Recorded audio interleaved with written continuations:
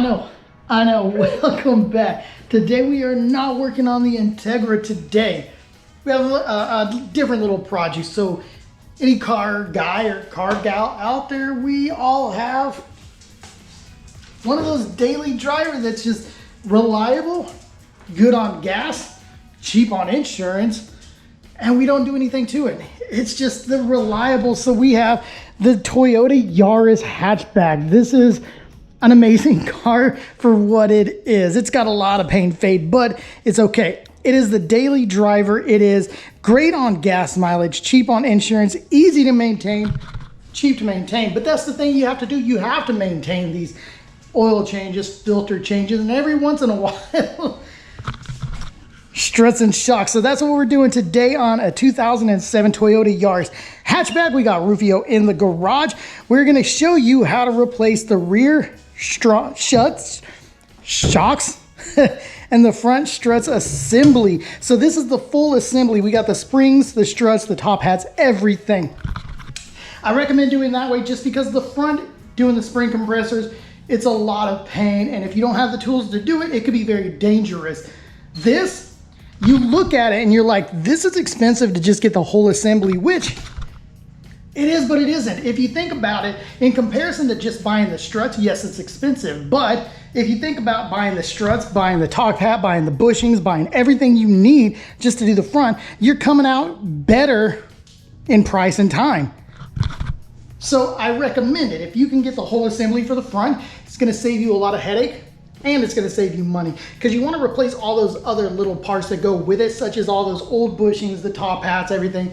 Just get it all in one. It's gonna save you a lot. But that's what we're working on today. We're gonna start in the rear, work on the front, get it done, get this thing handling like it was brand new from Toyota. So stick around. If you have an 06 to 2013 or 14 Toyota Yaris, this is gonna help you out replacing struts and shocks. All right, get back with you in just a minute.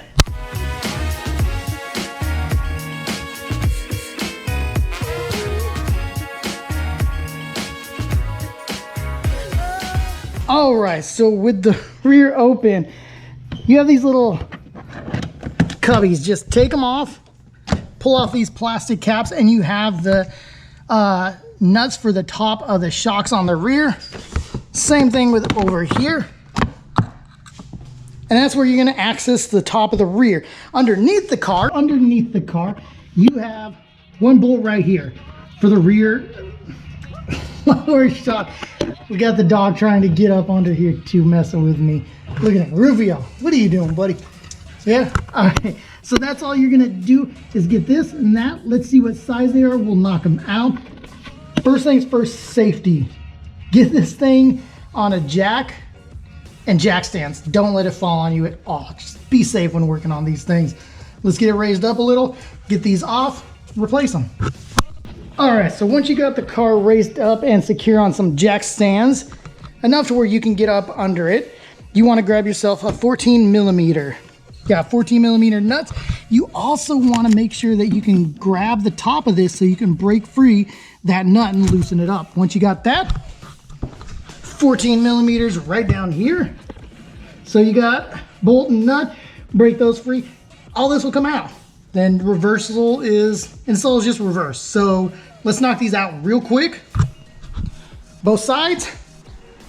And then put the new ones on.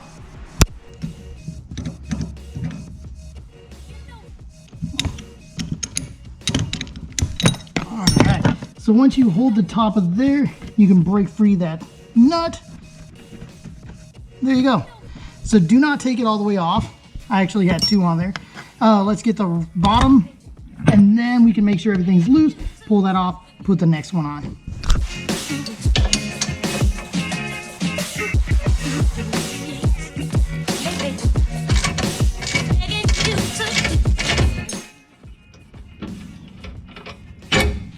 Oh. See how easy it is for me to push that up? That should not be like that.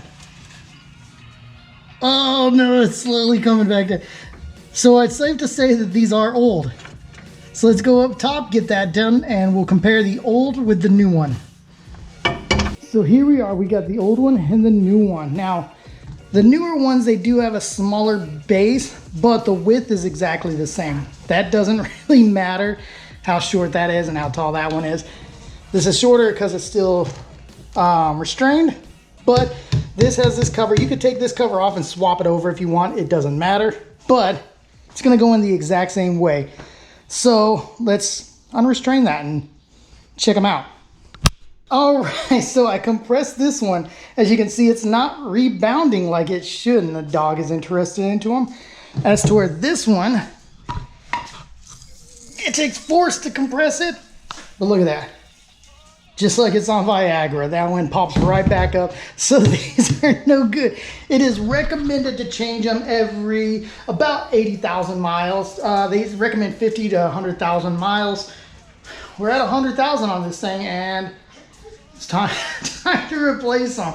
So that's gonna ride a lot better in the rear. I can't wait to see the front. Well, I'm not gonna see the fronts because I'm just doing the whole assembly, but I can guarantee the fronts are worse. So let's get that back in and do the other side, the passenger side. So one thing is the old shock, you're gonna take off that top cover. You're gonna take off, so you're gonna be reusing this one top washer right here. And then you're gonna use this cover, just because it has the cover. What you wanna do is make sure that you have the other one out so you can identify the way it goes on if you don't remember.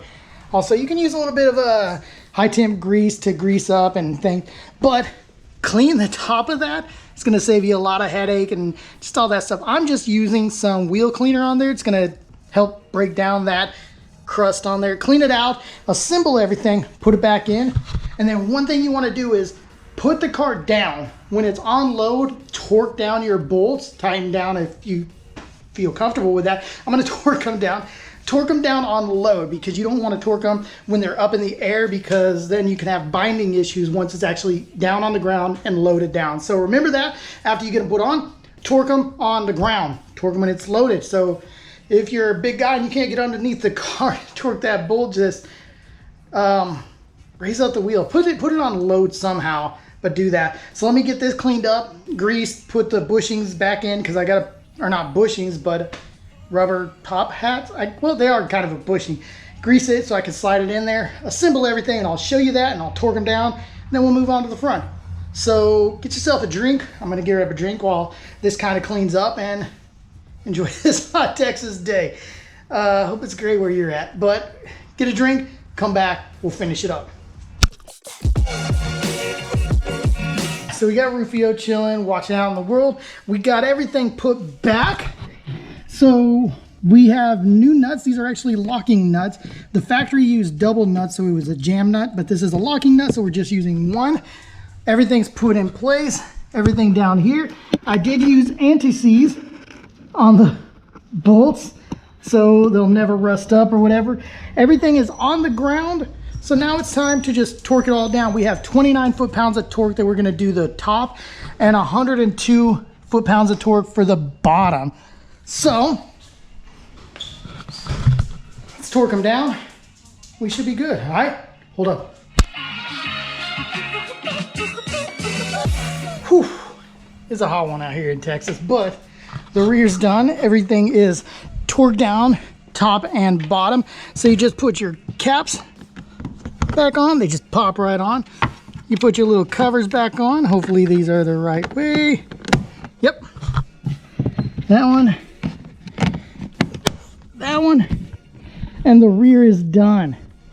Oh, that's so much better. Just look like, yeah. So we're done with this one. Now we get to work on the front. It's not gonna be that hard. It's gonna be more difficult, but not that hard because we do have to take the wheels off. But we're just replacing this whole assembly, so that's cool. Yeah, let's dig into that. It's cool because it tells you left and right, so you know what side they go on. Let's dig into it, get it done. All right, so it's hot. We got the rears done. Congratulations. If you were working on yours too and you got yours done. So in the front, it's kind of hard to see, but there's like this little plastic cap. You want to pry this top of it off. And then there's a 17 millimeter nut on the top of there. And on the new one, as you can see, there's an Allen head. So get yourself an Allen wrench, put it in there, have your nut or your wrench 17 millimeter, and it'll loosen it up. And then we'll get the tire loosened, car jacked up, wheel removed, and we should be able to loosen everything else up and take it all out, put the new one on. So let's get to popping stuff off and loosening things and all that fun stuff. It's hot. It's hot. But rear's done. It's all set up. Looking good. Feeling good. Got to work on the front. So we popped the little cap cover off from here. So what you want to do is you want to get yourself an Allen wrench. An Allen wrench. One of these wrenches, 17 millimeters. Put the wrench on there. Get the Allen in there. If I can, let me see. Let's get you set up like that. Put your Allen in there.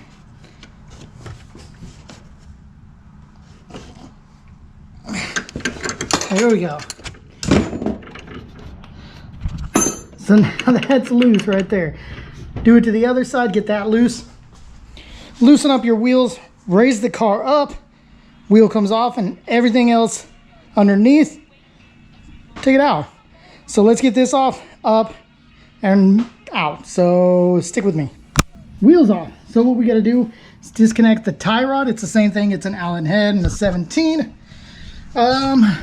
Disconnect the brake lines right here just so it's not attached. And then 1 and 2 big boys, and this whole thing's gonna come out. And then we'll see how bad it is. Well, put the new one in. Yeah, so let's get to taking all that off. 1, 2, 3, 4.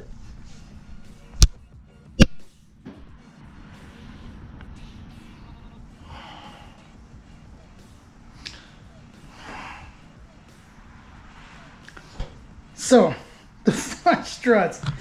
Got the passenger side completely done. Got the new one in. Everything bolted up fine. Everything came off just fine. Loved it. Perfect. Stroll on over to here. Everything came off fine. That every nut, every bolt. Until here. This driver's side one. Couldn't get it. And then the wrench I needed kept slipping because of the angles. Like you're in the way of this. Everything's in the way. Kept slipping. Ended up rounding it out. Just couldn't get it. I fought with it. But this is the good thing about being a fabricator and having a press, having welders. I made this monstrosity with a 17 millimeter socket to where I have a hole to where I can still put the Allen key in. Couple of flat iron, just welded it up, was able to get it in there, and it broke it free. So word of advice, the driver's side, it's gonna be a pain. It's gonna be a pain in the ass. Pray you don't strip that nut. Unless you have a welder. And a little hydraulic press. Now you can make that thing. Yeah, but that thing worked perfectly. It was like, I was able to put it on, put the Allen head through there, hold the Allen, bam, broke it free. I'm gonna have to hold on to that guy. I might have to clean him up and make him look pretty and make it actually a tool and keep that, because, yeah. That worked. So let me get this off, put the new one on. We can torque everything down, take it for its drive, go from there.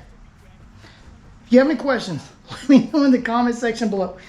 If you run into anything or you've done differently, or if you're just asking questions about your Toyota Yaris, I might help you out. I've been through it now. Let's finish this up. Can't get a round of applause. So we're done. Everything's in. All the new stuff's in. Tighten down, tighten down, tighten down. So we're gonna torque the tops. Then we're gonna torque these ones. And I'm gonna put anti-seize on everything just because. So with these, you cannot put a load onto it like you can with the rear. Can't put the tire on, drop it, torque it. So the way I put a load on is just raise it up with the jack, put the suspension under load, torque everything down. 121 foot-pounds of torque, 22 foot-pounds of torque on the top nut. So we'll do that for both of them. Put the wheels onto it. Take it for a drive. If it needs an alignment, go for alignment. And feel the improvement. The smooth ride quality. That's it for today. Everything's on. It's just tightening down, torquing down, putting wheels on it. We're done. I hope you guys learned something. I hope this helps somebody out there about replacing your shocks and struts. A little input, a little advice. Where you're going to run into the trouble at. Anything you can. If you got any questions, leave a comment down below. Ask it. If I don't know it, somebody out there in the mass world of the internet should know. So I appreciate you for watching. Stay tuned. If you're into custom fabrication, we got plenty for the Integra going on. Keep an eye on that. I appreciate you from the bottom of my heart. Stay gold, stay humble. Peace.